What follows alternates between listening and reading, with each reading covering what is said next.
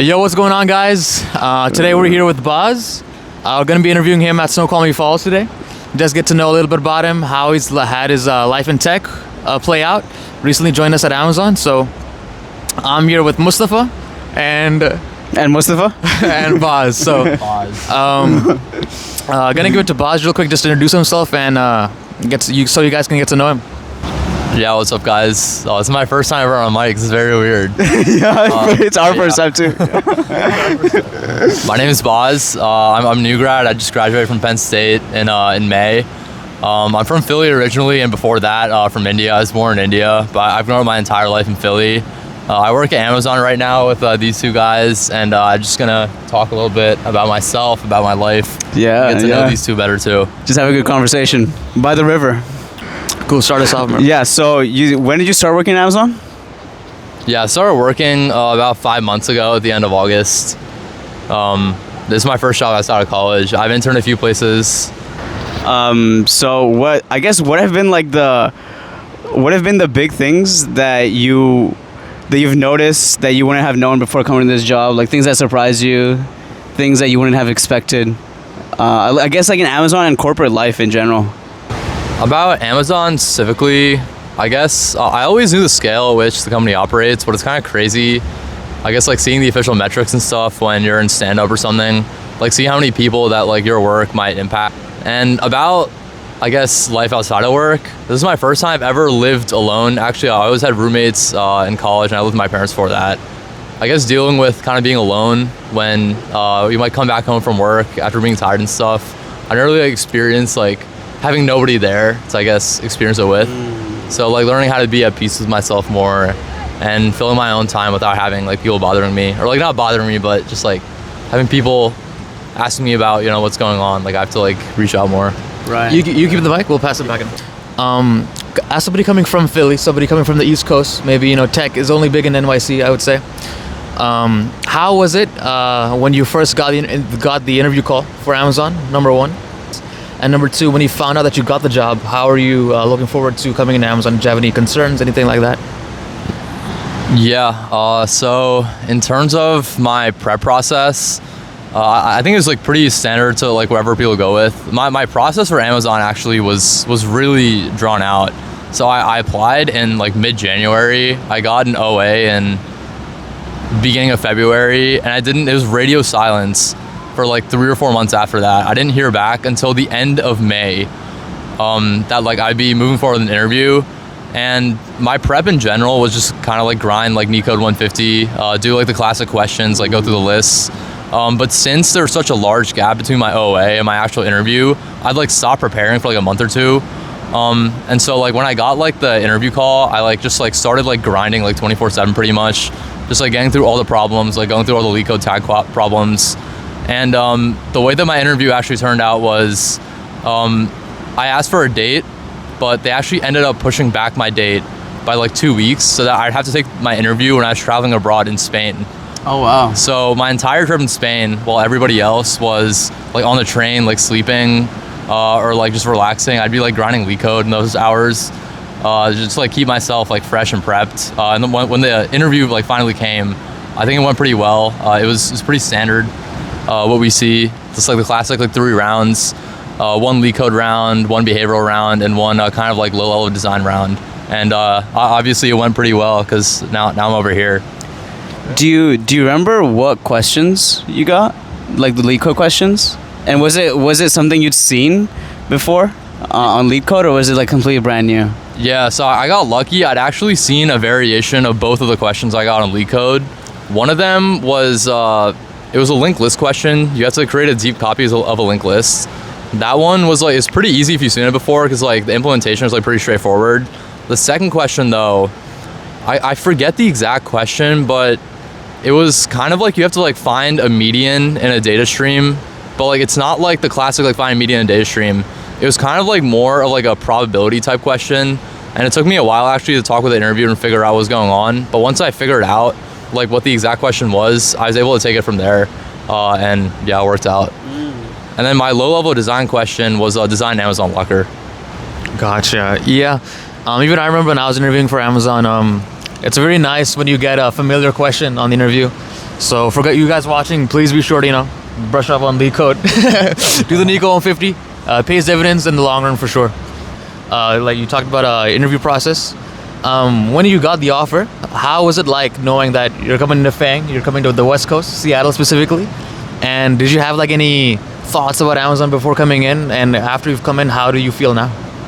Yeah, for me, I felt really excited, obviously, because I've been preparing for this and I guess like trying to get into big tech for so long.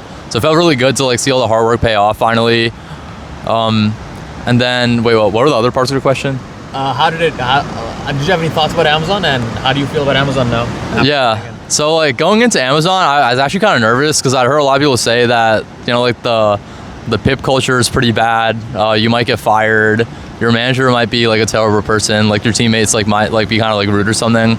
But thankfully, like when I got here, like my team wasn't like that at all. I would say our manager is like he definitely wants people to get stuff done, but he also I think like he tries to be like mindful about life outside of work. I think most of us can also attest to that. And our teammates are pretty good about try to like help each other out and not get too bogged down. I was also excited that our team, like our service is like kind of new.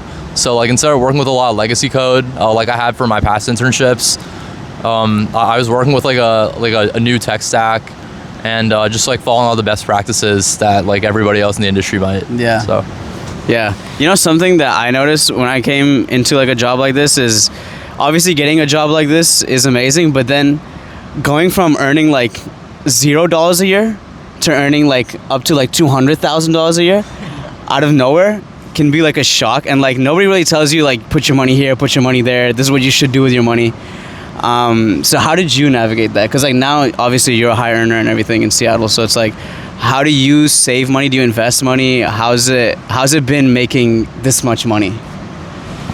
Yeah, for me personally, I think I'm lucky in the fact that my dad always tried to like drill the importance of saving and stuff. So the way I do that is I kind of just lock all the money that I want to save before it even hits like my main bank account, so that I'm not even like tempted to look at it. Like my entire sign-on bonus is just like sitting in a high-yield savings account. Oh, nice. That's just like my emergency fund. And I have my 401k contributions and like my Roth contributions automatically set up so that like it just like deducts from my account before I even see it, so I'm not like tempted to spend that money.